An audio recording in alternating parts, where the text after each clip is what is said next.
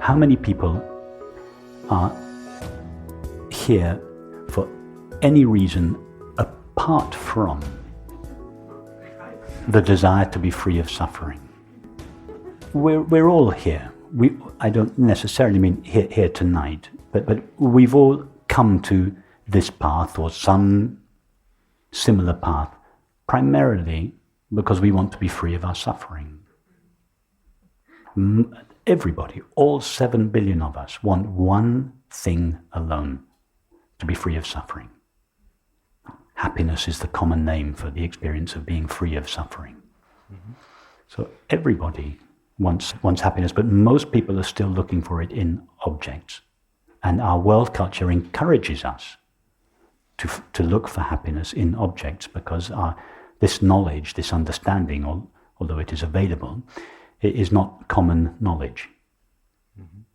We live in the dark ages in that respect. Our culture doesn't yet realize that the peace and happiness for which everyone longs is only to be found in the knowing of our own being as it is. That knowledge is not yet common knowledge in our culture.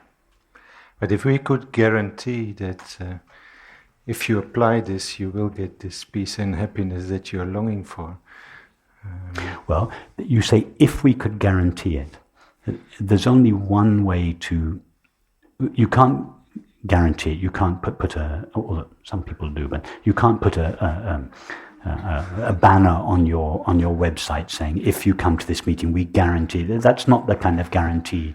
However, if each of us in our own experience, we explore our experience and we come to this understanding for ourselves and we have access to our innate peace and happiness, then we become a walking advert for this understanding because we're living it.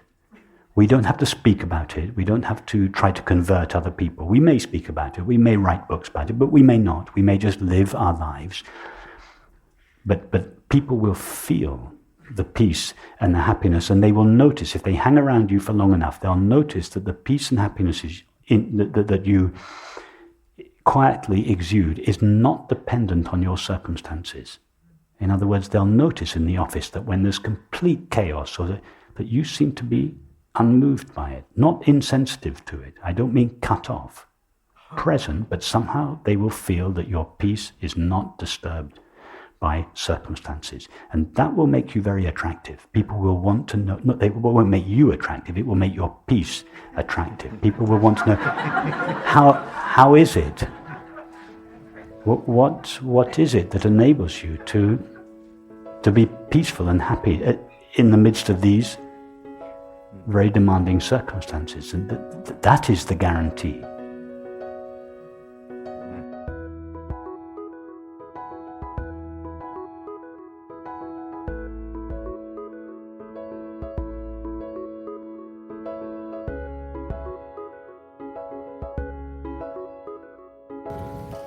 The experience that I have around being aware is I'm aware of my feelings, I'm aware of what I see and what I hear, but when I go to the place where you say, go to the experience of being aware, what happens is I do come to a sort of a blank space, but it feels like it's a cement one. It feels like it's just the end. And then occasionally, if I sink back a bit, I can, and I don't know if I'm just moving to another object. The blank space that you come to would be the last object before going to, it's the screensaver after you've closed down all the programs, but before you've got to the screen. Okay. So how do I move to that awareness? How do I? By understanding that you can't move to it, because you can only move towards something with objective qualities. By understanding that you are that. You can't move towards it. You can only move towards your thoughts, towards your feelings, towards your perceptions. Okay. You are that. You can't go there. You're already standing there. Oh, okay. I can't look at myself. You can't look at yourself. You can only be yourself knowingly. Instead of losing yourself in your thoughts and perceptions, you can be yourself knowingly, but you can never see what you are. But that doesn't mean that you don't know what you are. You know that you are yourself. You know yourself. But your knowledge of yourself is not in subject-object relationship. When you know your thoughts, you are the knowing subject of your experience, and your thoughts are the known object of your experience. And when you know your feelings, you are one thing, and your feeling is something added to you. When you know the perception of this room, you are the one that knows it, and the perception is something that is known. Now, when you know yourself, you are the one that knows, and you are the one that is known. So there's no subject and object in that relationship. So you can't stand back from yourself and say, oh, there I am, in the same way that you can say, look, there is a thought, or there is a perception. So it's because you're still subtly trying to go back, and it's good, you've gone all the way back to this blank state, the screensaver. You intuit that that's not quite far enough back, right. But you can't take that step back because you're already standing there. You can never look at that. It's just like you can't see your eyes. Anything you could see would not be your eyes. So What was the process of going to the awareness? To just recognize, to just... So what happens when you ask yourself, what is it that knows or is aware of my experience? I have no idea. Except that you call it myself. Oh, okay. It's obviously you. It's me. Whatever it is, it's obviously you. You say, I know my thoughts. I'm aware of my feelings. Yes. Now, if I were to ask you, go to that one, instead of going to your thoughts, instead of going to our conversation, instead of going to the sensation of your hand on the mic,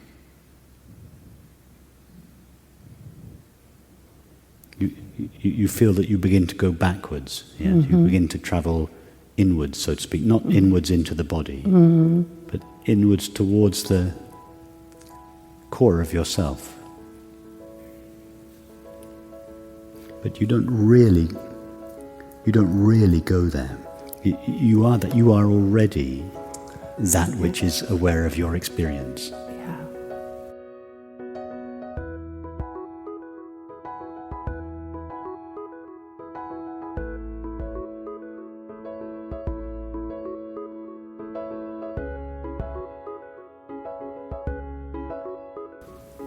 Tell us about the one that is aware of your experience.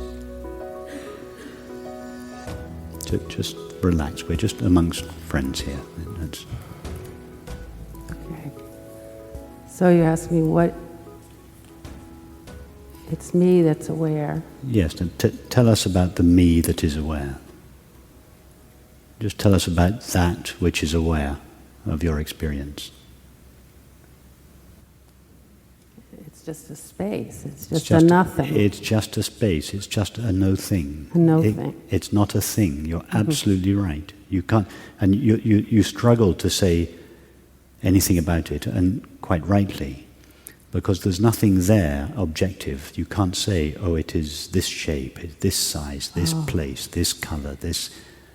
If I were to ask you to describe the color of these flowers, or the sensation of your hand on the mic, or your experience of this room, or the sound of my voice, you would immediately be able to say something about them. Yes. Why? Because there are some qualities, objective qualities or features there, which you can describe. And that's what words are for, describing these qualities. But when you try to describe that which is aware of your experience, it has none of these qualities. No. And so your mind just goes blank. You know undoubtedly, I am aware of my experience. If I was not aware of experience, if you were not aware of experience, there would be no experience. Yes. Experience I get that. must be known by something. What is it that enables experience to be known? Whatever that is what we call I. I know my thoughts. I am aware of my feelings. And it's not something that you can... Yeah. You can't go there. If I were to ask you now, stand up and take a step towards yourself, I couldn't do it. you couldn't do it. Because you're already standing as yourself. You can't get closer to yourself by some activity. In the same way, your mind cannot go to its essence or its source, because that's where it's already standing. Okay. That's where you're looking from. We can only be that knowingly. That is the way to know it, by being it knowingly.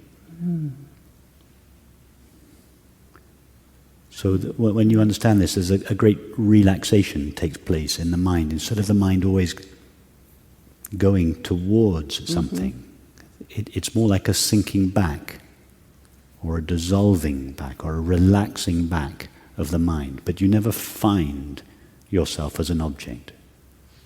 Ashtavakra said, for the supremely happy person, even blinking is too much trouble. Even less effort than blinking, than that required for blinking, is required to be knowingly ourself.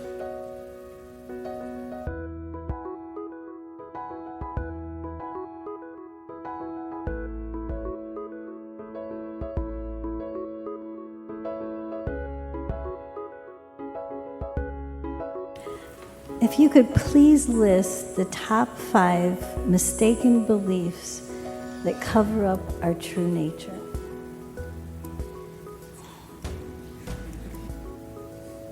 I'm just going to give you the top one belief. That's what I figured. But And that is the belief that our true nature can be covered up. That's the top mistaken belief, and the only mistaken belief. It's like asking, can you give me the top 5 reasons why the movie veils the screen? It doesn't. So the only belief that veiling the screen is the belief that our true nature is veiled by experience. Is there any, can you point to any experience that you are currently having, have ever had, or could ever have, that would veil the knowing of it? As Balayani said, his veil is his oneness, since nothing veils him other than him. He is veiled by his own being, which is no veiling at all. Check in now. Is anything veiling the knowing of your experience? Is the knowing of your experience unknown? No. The knowing of your experience is obviously known. You are knowing your experience. Is there anything to your current experience other than the knowing of it? no. I want to say but. But why the but? Why not just no? Because in this moment, I can say that. In other times, it feels veiled. It feels there is this separate entity. No, I know it. I realize it seems like that at other times, but when you pause to check if it's true, what do you find? So it's a shift in perception. No, it's a shift in understanding, and that shift in time as an effortless byproduct of that shift. There is a gradual change in the way we think and feel, and subsequently act and relate.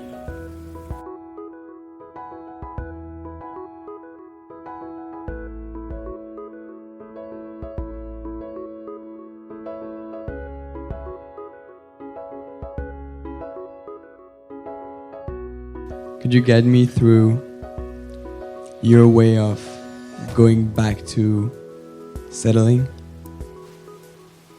Well, if I were to ask you now, what is it that is aware of the sensation of your hand on the mic? Where do you go to find the answer? Not what is the answer. Where do you go to find the answer? You don't go to the sensation. The question is, what is it that is aware of the sensation? You don't go to your thoughts, because a thought is not aware of something. You don't go to a feeling. A feeling cannot be aware of something. A feeling is something we are aware of. So what is it that is aware of the sensation of your hand on the mic, or the sound of my voice, or the sight of this room?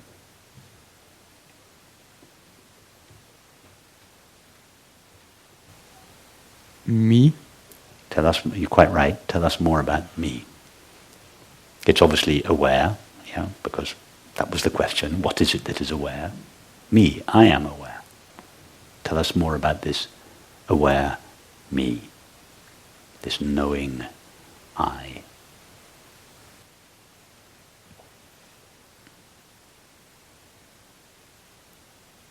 Well, it perceives things. It perceives things, okay. It's yeah. perceiving, it's a knowing, perceiving I. It perceives things, but it is not itself one of those things, yes? And that's all? Okay, that's true, but if you were to do your best with words, try to name, they're not really qualities, but try to name its qualities. If you were trying to describe it, what it tastes like. It doesn't really taste of anything, but you know what I mean. What if you're trying to describe it, try to use adjectives. What kind of adjectives would you use? Can it ever be disturbed, for instance? I don't know, I'm having a hard time being with it and not... It feels like it's getting disturbed right now, so it's probably not it. But when you talk about it, when you refer to it as it, you refer to it as something other than yourself, something that you are aware of. Remember, it is you. You said it's me. It's not an it. It's not something out there that you're aware of. It's you. What you are aware of is often disturbed. But is that which is aware of those disturbances itself disturbed? Don't work it out. Go there. Check it out. Is the experience of simply being aware ever disturbed by what you are aware of? No. No, being aware is just always there in the background, always shining the light of its knowing on your experience. Mm-hmm. What it shines its light on, its knowing light, what it shines its knowing light on is always in a state, some kind of state of movement or agitation. But the light itself is steady. I understand what you mean, but I don't seem to be able to qualify it as well as you do. Well, it's okay. In my experience. You don't need to be able to describe it in the way that I can. Actually, it's best not to describe it, because all our words have evolved to describe the things that we are aware of. So you're quite right to hesitate before ascribing any qualities or definitions to it. But I'm not really interested in the particular words we choose to describe it. What I'm wanting you to do is to go there, don't really mean go there because it's what you already are, but I want that to become clear to you. I want you yourself to become clear to itself in your experience. I want you to see what you clearly, what you essentially are. None of your thoughts or feelings, this agitated feeling that you were describing, this tension, this contract, that is not essential to you. It's sometimes present, it's sometimes not. I want to see you to feel, not just to understand intellectually, not even to name, but to feel. You can't even feel it, but to be aware of what you essentially are and its innate peace, its undisturbability or imperturbability. This background, just the background of being aware that accompanies all experience. It's always the same. Whether you're having a migraine, a deep depression, a moment of ecstasy, walking down the street, whatever you're experiencing, this background of it all happens against the background of being aware. And most of us are so exclusively focused on the foreground of our experience, the content of our experience, that we overlook the background. When I say most of us, I don't mean to imply that we are something other than the background. It's this background of awareness that loses itself in the foreground. So I'm just saying to this background of awareness, come back to yourself, notice yourself, be aware of yourself. Instead of contemplating the objects of experience, contemplate the knower of experience. Contemplate yourself, come back to yourself, know yourself as you are. Not some extraordinary or special or enlightened self, just the self that you are now. This ever-present, imperturbable background of being aware that accompanies all experience irrespective of its content. That's the answer to your question your question was, can you say something that will help me settle again? I feel this tension when I come here and you ask me, and I'm trying to guide you to that which is already settled in you. It doesn't need settling, it's already settled, it's always settled. The screen is never agitated by the content of the movie. So you don't have to settle your experience, your anxiety, your nervousness. Don't touch it. That's just the conditioning of your body-mind. Just let it do what it's been conditioned to do. You take your stand as this background piece, just the simple experience of being aware, irrespective of what you are aware of. That's where to find this settling. And it's not always with you, it's always you. It's always available, however settled or unsettled you may be. It's always with you. It is you. And no experience has the power to veil it or obscure it unless we give that experience the permission to do so, in which case it will seem to do so. As soon as we withdraw that permission, then there it is, shining in the background of experience, being aware or awareness itself. It's never really obscured by experience. As soon as we soften the focus of our attention from the content of the movie, then the screen is plainly visible. In this case, we are the screen of awareness that is watching the movie of experience playing upon it. We have lost ourselves in our own creativity. And so now we're just coming back to ourselves. We, awareness, the only self there is. It's just coming back to itself and noticing its ever-present, inherently peaceful nature. That's it. Yeah. It is. Thank you. And if you discover that, you've discovered the great secret in life. You have discovered that for which all people long,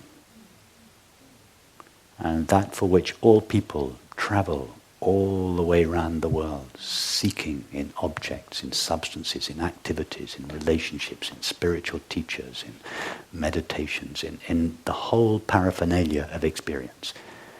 That for which everyone longs is to be found just in knowing your being as it is, just knowing yourself, not as it might become in some marvelous enlightened state, but just your being as it is now. That is the great secret of life.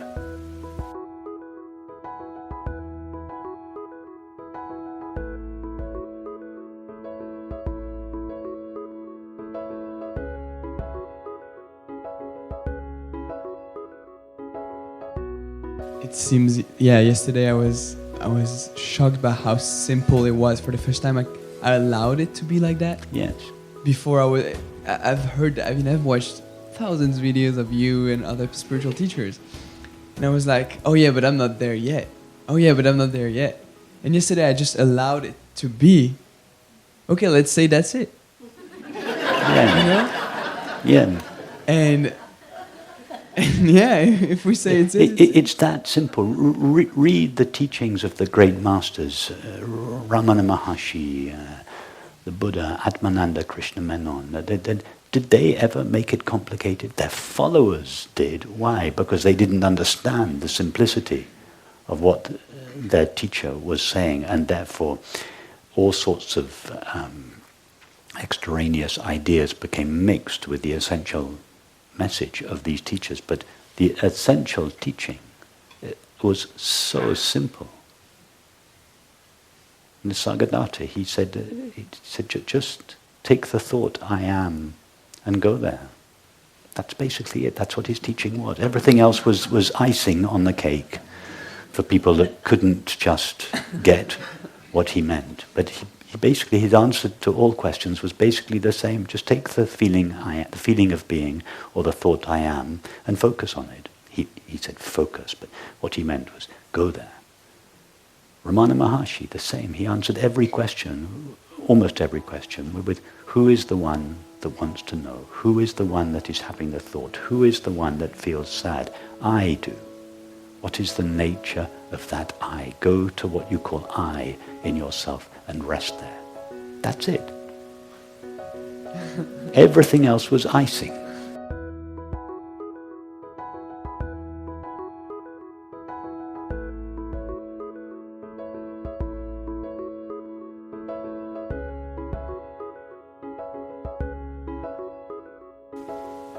So now we're just coming back to ourselves. We awareness, the only self there is. It's just coming back to itself and noticing its ever-present, inherently peaceful nature. That's it. And if you discover that, you've discovered the great secret in life. You have discovered that for which all people long, and that for which all people travel all the way around the world, seeking in objects, in substances, in activities, in relationships, in spiritual teachers, in meditations, in the whole paraphernalia of experience. That for which everyone longs is to be found just in knowing your being as it is, just knowing yourself, not as it might become in some marvelous enlightened state, but just your being as it is now. That is the great secret of life.